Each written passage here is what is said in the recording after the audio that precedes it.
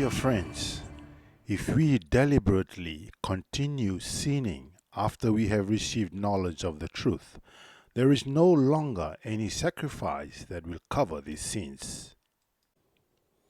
There is only the terrible expectation of God's judgment and the raging fire that will consume his enemies.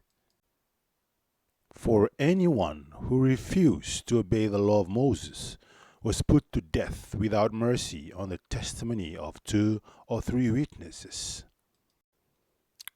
Just think how much worse the punishment will be for those who have trampled on the Son of God and have treated the blood of the covenant, which made us holy as if it were common and unholy, and have insulted and disdained the Holy Spirit, who brings God's mercy to us.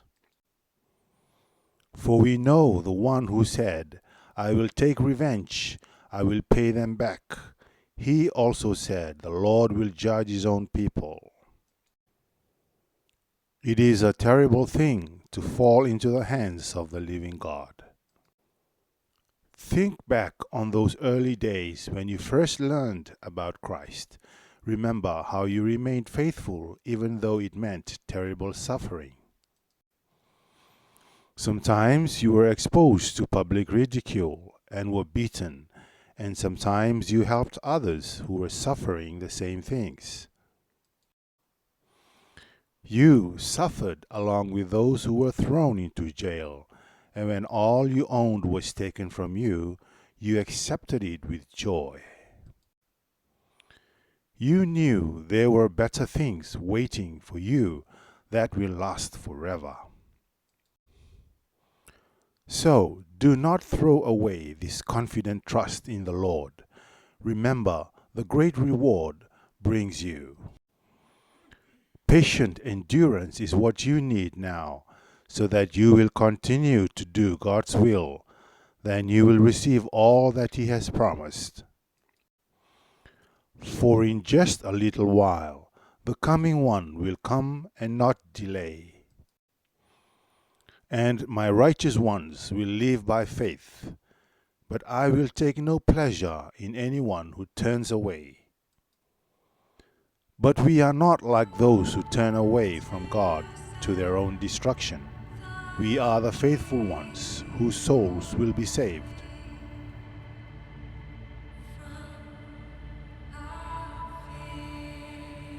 When people deliberately reject Christ's offer of salvation, they reject God's most precious gift. They ignore the leading of the Holy Spirit, the one who communicates to us God's saving love.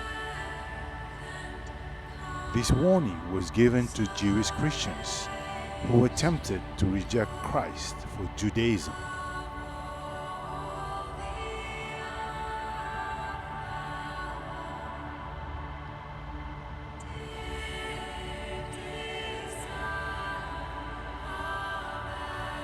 But it applies to anyone who rejects Christ for another religion.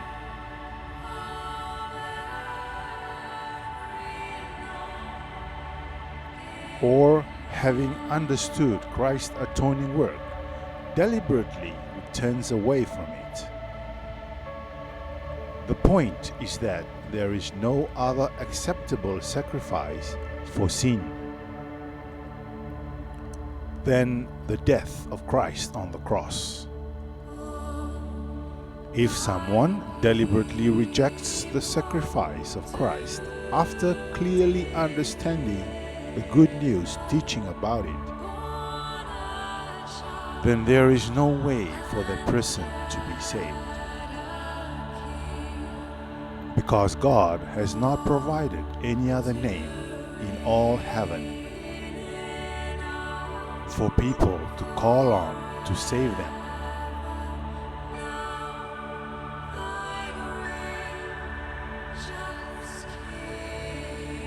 How have people insulted and disdained the Holy Spirit? The sacrifice of Christ is tied with the Holy Spirit. Therefore, to scorn Christ's sacrifice is to insult and disdain the Holy Spirit by arrogantly rejecting Him. The Holy Spirit is a person, not just a force or influence. To reject Him is to cut off the means of God's acceptance. This is equivalent to blasphemy against the Holy Spirit.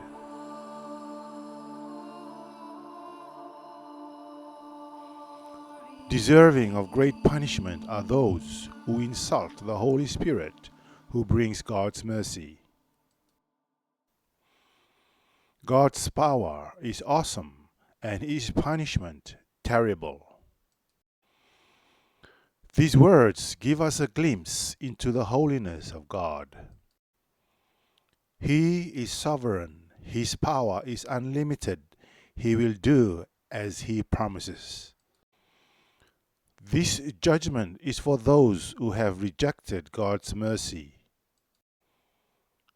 For them, falling into God's hands will be a dreadful experience. They will have no more excuses. They will discover that they were wrong, but it will be too late. For those who accept Christ's love and His salvation, however, the coming judgment is no cause for worry. Being saved through His grace, they have nothing to fear. Hebrews encourages believers to persevere in the Christian faith and conduct when facing persecution and pressure.